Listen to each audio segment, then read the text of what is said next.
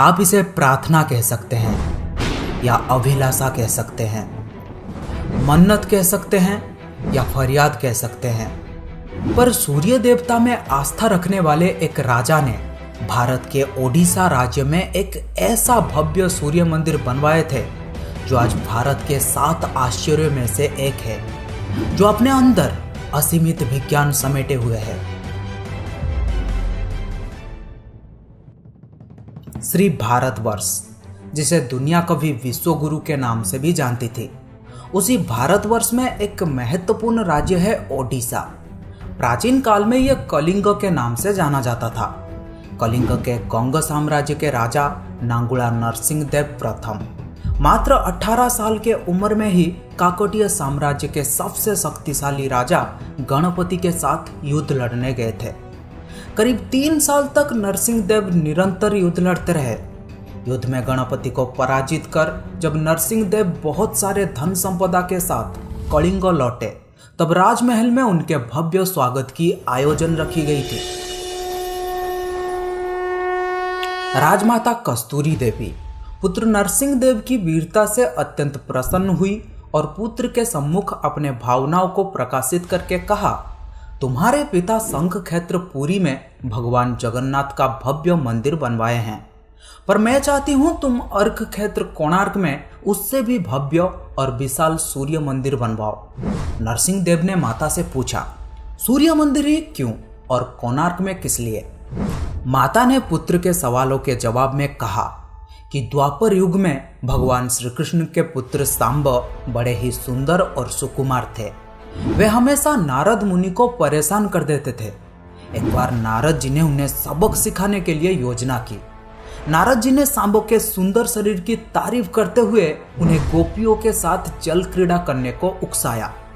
वहीं दूसरी तरफ भगवान श्री कृष्ण को जाकर कह दिया कि सांबो अपने मां समान गोपियों के साथ जल क्रीड़ा कर रहा है।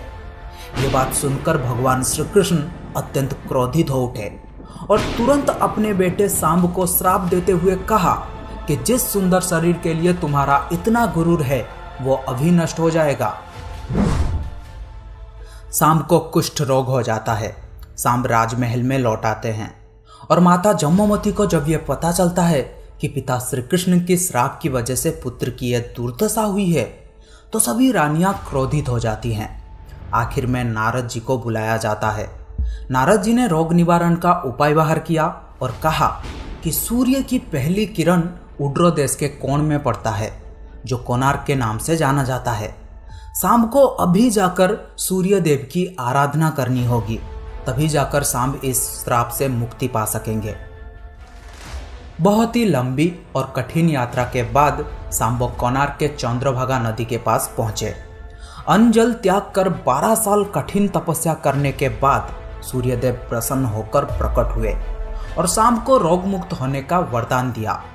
स्नान के पश्चात जब सांबो नदी से बाहर आते हैं, तब वे रोग मुक्त हो चुके होते हैं और उनके हाथों में एक छोटा सा पत्थर होता है। उनके सुंदर और सुकुमार शरीर को देखकर सभी अनुचर और सेवक अत्यंत प्रसन्न थे। सांबो ने उस पत्थर को वहीं स्थापित करके एक छोटा सा मंदिर बनवाया। पर जब उन्हें पता चला कि सूर्य पूजा की विधि विधान यहाँ पर किसी को भी पता नहीं है, तब वे चिंतित हो गए और फिर से सूर्यदेव की ध्यान में बैठे। सूर्यदेव पुनर्प्रकट हुए और सांबो के पूछने पर बताए कि दूर पश्चिम के साक्य देश के मागा ब्राह्मण सूर्य पूजा की विधि विधान जानते हैं।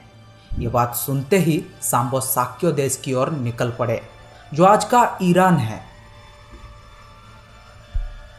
महीनों की लंबी यात्रा के बाद सांबो 18 मागा ब्राह्मण परिवारों को साथ लेकर कोणार्क लौटे और सूर्य मंदिर में पूजा शुरू हो जाती है।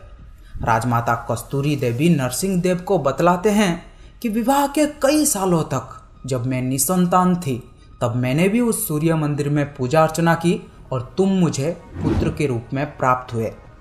माता की बात सुनकर नरसिंहदेव मां को कोणार्क में संसार का सबसे भव्य और विशाल सूर्य मंदिर बनवाने का वचन दिया। सदाशिव सामंतराय महापात्र, जो शिवे सांतराय के नाम से लोकप्रिय थे, वे अपने सहयोगी विशु महाराणा के साथ मंदिर का प्रतिरूप बनाते हैं और राजा नरसिंहदेव के सम्मुख प्रस्तुत करते हैं। नरसिंहदेव मंदिर का प्रतिरूप देखकर अभिभूत हो जाते हैं और शीघ्र मंदिर निर्माण कार्य आरंभ करने का आदेश देते हैं। दूर दूर से बड़े बड़े पत्थर लाए गए। मंदिर निर्माण कार्य तेजी से होने लगा। 1200 कारीगरों ने मिलकर 12 साल में एक भव्य मंदिर बनवाए, पर लाख कोशिशों के बाद भी उस विशाल मंदिर के गुंबद पर एक कलश स्थापित नहीं हो पा रहा था, जो किसी चुंबकीय पदार्थ से बना हुआ था। वहीं दूसरी तरफ राजा नरसिंहदेव ने आदेश दिया कि कल रात्रि काल तक अगर कलश स्थापित नहीं हुआ तो सभी कारीगरों के सर धड़ से अलग कर दिए जाएंगे। ये बात सुनकर सभी शिल्पीकार गहरी सोच में डूब जाते हैं। आखिर करे तो करे क्या। मुख्य शिल्पीकार विशु महाराणा, घर से निकलने के वक्त उनका एक बेटा हुआ था जिसका नाम था धर्मपद, और लोग उसे प्यार से धर्मा बुलाते थे। धर्मा सूर्य मंदिर के प्रतिरूप पर कलश बिठाकर प्रसन्न होता है और पिता को दिखाने के लिए माँ के पास जिद करता है। माँ अपने बागीचे के कुछ फल एक पोटली में बांध कर देती है और कहती हैं, अपने कुत्ते बोड़िया को साथ लेकर कोणार्क जाओ। धर्मपद कोणार्क पहुंचता है। बोड़िया अपने मालिक को पहचान जाता है और उनसे जाकर लिपट जाता है। धर्मा अपने पिता को प्रणाम करता है और अपना परिचय देता है। सभी कारीगरों को चिंता में देखकर धर्मा इसका कारण पूछता है। कारण जानकर धर्मा अपने पिता से कहता है, आप आज्ञा देंगे तो मैं मंदिर के गुंबद पर कलश बिठा सकता हूँ। सिवेई सांतराय धर्मपद को अनुमति दे देते हैं। धर्मा गुंबद पर चढ़ जाता है और कुछ समय के प्रयत्न के पश्चात वो कलश स्थापित करने में सफल हो जाता है। गुंबद पर कलश स्थापित होते ही सूर्यदेव की भव्य प्रतिमा चुंबक के प्रभाव से हवा में झूलने लगती है। ये देखकर सभी कारीगर बहुत खुश होते हैं, पर कुछ कारीगर इस बात का खुलकर विरोध किया और कहा कि कल जब राजा को यह पता चलेगा कि जो काम 1200 कारीगर मिलकर नहीं कर पाए वो काम एक 12 साल के लड़के ने कर दिखाया, तो राजा हम सभी को मृत्युदंड देंगे। ये बात सुनकर धर्मा ने सोचा, मेरी जिंदगी से ज़्यादा मूल्यवान है 1200 कारीगरों की जिंदगी। धर्मपद ने अपने पिता को समझाया और गुंबद पर चढ़ के नीचे समुद्र में कूद गया। इसके कुछ समय पश्चात राजा नरसिंहदेव मंदिर के सम्मुख उपस्थित हुए। सूर्यदेव की भव्य प्रतिमा को हवा में झूलता हुआ देखकर नरसिंहदेव अत्यंत प्रसन्न हुए और सिवेई सांतराय की तारीफ करते थके नहीं। राजा नरसिंहदेव ने घोषणा किया कि माघ शुक्ल सप्तमी के दिन मंदिर का प्राण प्रतिष्ठा संपन्न किया जाएगा।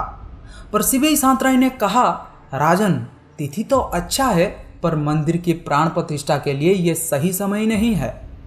पर राजा नरसिंहदेव अपने जिद में अड़े रहे और उसी तिथि में मंदिर का प्राण प्रतिष्ठा किया जाएगा घोषणा कर दिया गया और सिवेई सांतराय वाद विवाद ना करते हुए वहां से चले जाते हैं। निर्धारित तिथि में मंदिर का प्राण प्रतिष्ठा संपन्न हुआ, पर बहुत जल्द ही इस मंदिर में कुछ रहस्यमयी घटना होने लगी। सबसे पहले मंदिर में लगे एक विशाल शेर की मूर्ति नीचे गिर गया। फिर मंदिर से अनेकों पत्थर गिरने लगे और राजा नरसिंहदेव को जब ये पता चला कि इस मंदिर का पहला दिवस एक 12 साल के लड़के के मौत से शुरू हुआ है, तब इस मंदिर में पूजा रोक दिया गया। कई सालों तक ये मंदिर और इसके आसपास के इलाके घने जंगलों में परिवर्तित हो गए थे और सूर्यदेव की भव्य प्रतिमा घने जंगलों में कहीं छुप गया था। अंग्रेजों के शासनकाल में इस मंदिर का अवस्थिति पता लगने पर उन्होंने ही इस मंदिर का पुनरुद्धार किया था और आज आप उस भव्य मंदिर का केवल टूटा हुआ हिस्सा ही देख रहे हैं। यह था इस मंदिर के निर्माण की कहानी। पर इस मंदिर में एक 52 मीट्रिक टन का चुंबकीय पत्थर लगाया गया था जो कोणार्क से गुजरने वाली जहाज़ों को अपनी ओर खींच लेती थी और जिसको पाने के लिए बहुत सारे युद्ध भी हुए थे। अगर आप उस चुंबक के बारे में जानना चाहते हैं तो मुझे कमेंट में बता सकते हैं। अगर आपको ये वीडियो अच्छा लगा तो लाइक कीजिए, अपने दोस्तों के साथ शेयर कीजिए और इस चैनल को सब्सक्राइब कर लीजिए। पास में आ रहे ऑल नोटिफिकेशन बेल को भी ऑन कर लीजिए। मिलते हैं और एक इंटरेस्टिंग वीडियो में, तब तक के लिए till then have a great day, bye, thank you.